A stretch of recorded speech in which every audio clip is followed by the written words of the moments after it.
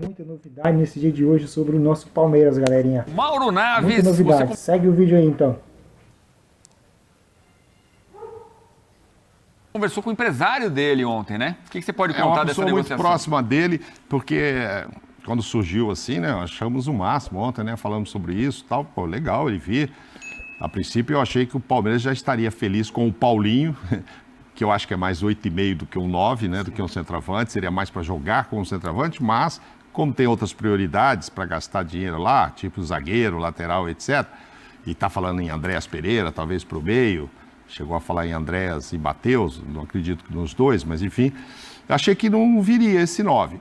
Mas na conversa que tive rapidamente ontem com alguém próximo, assim, a possibilidade maior é mesmo quando terminar o contrato com o Betis no ano que vem, esse contrato de empréstimo, que seria a janela maior também, no meio do ano, né? No meio do ano. E a questão era a seguinte, mas aí dá tempo de jogar o Mundial pelo Palmeiras? Dá.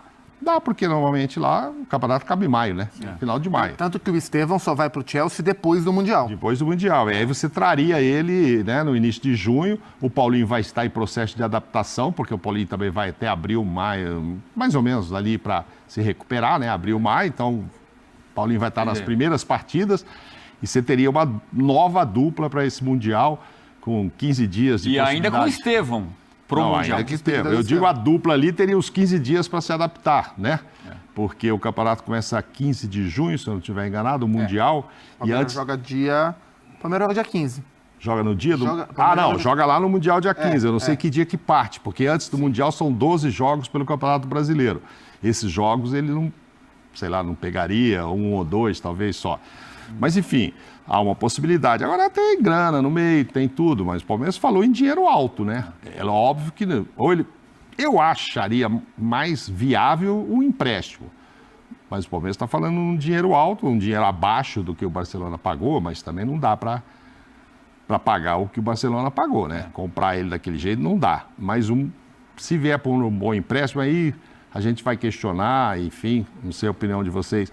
Pô, se voltar agora com 20 anos e tal, porque já deu errado na Europa ou não? Essa é a interrogação que você faz. No primeiro momento deu errado, porque o Barcelona, ele empresta o jogador para o Betis, o jogador comprado por 40 milhões de euros, e a cláusula lá prevê a venda por 25 milhões. Quer dizer, já está admitindo uma perda de 15 milhões caso o Betis queira comprar. Se fosse por empréstimo ou venda definitiva, mostraria mais o olhar do Barcelona para isso. Se o Barcelona entende que emprestá-lo pode fazer bem a ponto de recuperar o investimento na frente, ou a venda porque o Barcelona já entende que, ok, melhor eu realizar um prejuízo aqui, mas recuperar alguma coisa e não ter mais o jogador.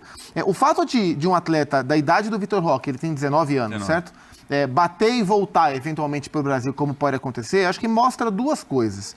Primeiro, mostra, e voltar através de uma compra, não através de um empréstimo, mostra como a fotografia do futebol brasileiro, do ponto de vista financeiro, está mudando, né? Está mudando. E não só do Palmeiras, que é um clube que arrecada bilhão, arrecadou pela primeira vez mais de 1 bilhão em 2024, mas outros clubes estão com esse potencial de ir lá e comprar jogador, seja com SAF, seja sem SAF, seja com parceiro, seja sem parceiro. Então o futebol brasileiro, ele é um futebol vendedor, mas ele em algumas circunstâncias está se mostrando capaz de fazer compras volumosas também. E essa do Vitor Roque, como a do Andrés, como a do Paulinho, seria uma delas.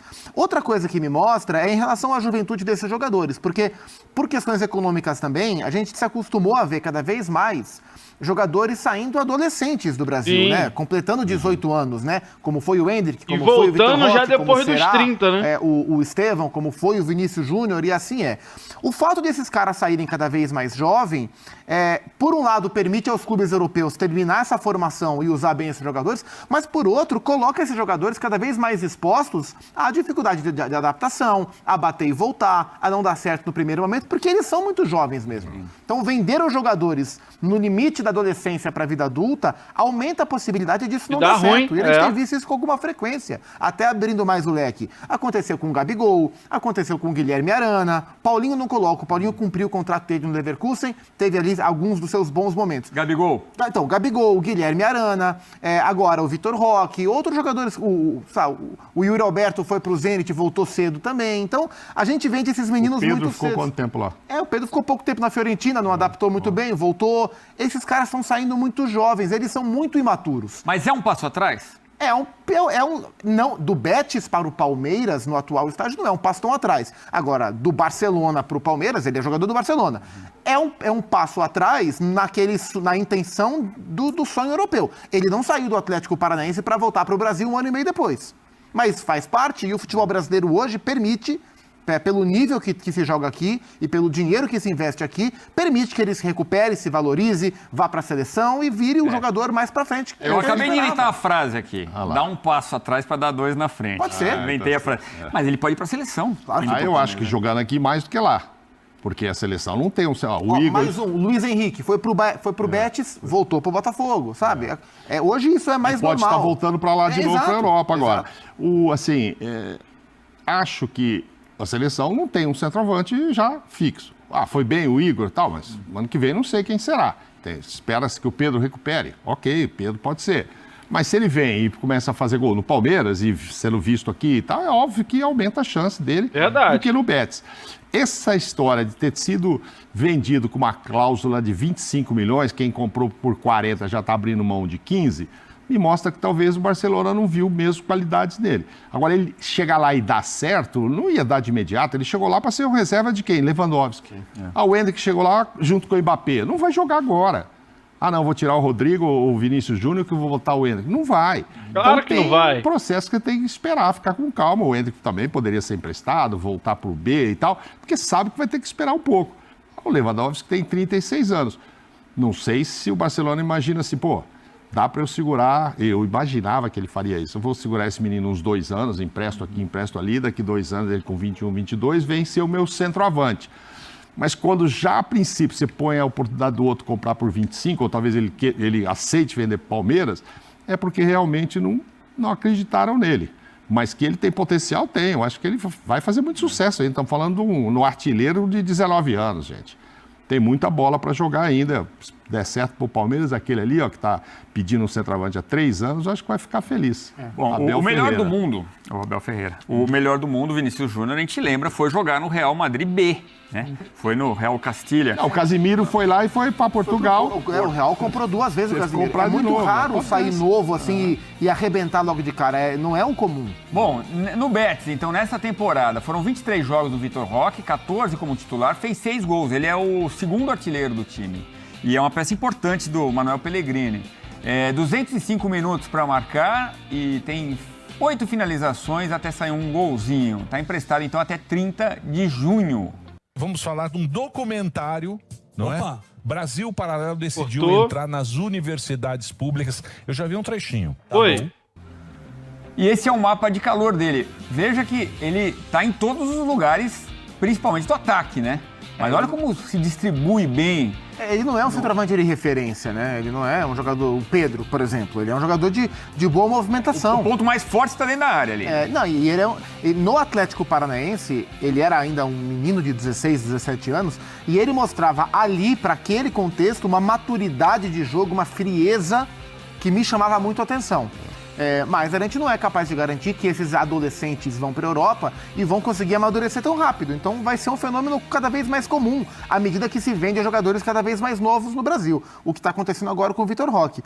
Mas se o Palmeiras conseguir trazer esse jogador, assim, é um ataque muito interessante para o Mundial. Embora quando eu penso no Paulinho e penso no Vitor Roque e penso no Estevão, o melhor Paulinho, no meu entendimento de utilização, é como dupla. Não como ponta, nem como 9, é como dupla. Isso. Paulinho e Hulk era dupla. Mas enquanto o Estevão estiver lá, vai ser 3, porque o Estevão é um ponta, pode jogar de 10, evidentemente, mas ele joga no Palmeiras como um ponta pela direita. Então vai ser o Paulinho pela esquerda, tentando fechar mais por dentro, o Vitor Roque eventualmente de 9 se for contratado, e o Estevão, pelo menos até o Mundial, claro, pela direita. Estevão e Vitor Roque, se as coisas andarem como o Mauro falou, jogariam muito pouco, apenas o Mundial. Mas seria nesse desenho. Futuramente, sem o Estevão, eu tendo o Vitor Roque como opção do Palmeiras, me agradaria ver uma dupla, Paulinho e Vitor Roque, porque eu acho que potencializa os dois. Porque o Vitor Roque não é um ponta, nem é um 9-9, e o Paulinho também não é um ponta nem um 9-9, são 2 atacantes. Isso. Seria uma dupla que eu gostaria muito de ver. Agora, você vê aqui às vezes, é claro, dinheiro, né, gente? É negócio. E aí dá aquela ansiedade, aquela coceira no dirigente de vender logo e tal. Mas você pega a experiência de um Filipão e do próprio Abel, o Abel demorou para pôr o Endrick, às vezes até criticado, inclusive na semifinal contra o Boca, demorou para colocar, podia ter colocado. Mas ele falou, calma, vai para Disneylândia, tem tempo. O Filipão também não teve pressa com ele no Atlético Paranaense. Aí colocou, ele fez gol decisivo, tá vendo, o Filipão tá errado. Não é isso. É que eu enxergava que, cara, espera amadurecer mais um pouco, não é assim, não vamos queimar o menino e tal. É verdade, eles estão indo muito cedo, cara. Sob o olhar do Filipão, como aconteceu com o Endrick e no Abel. E os dois técnicos tinham razão.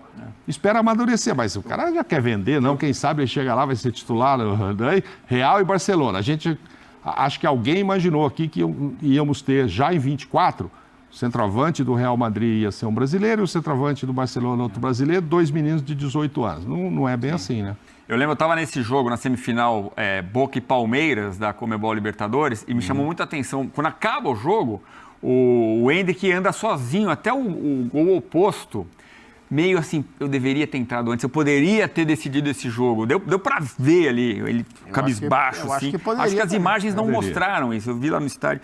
Poderia. Mas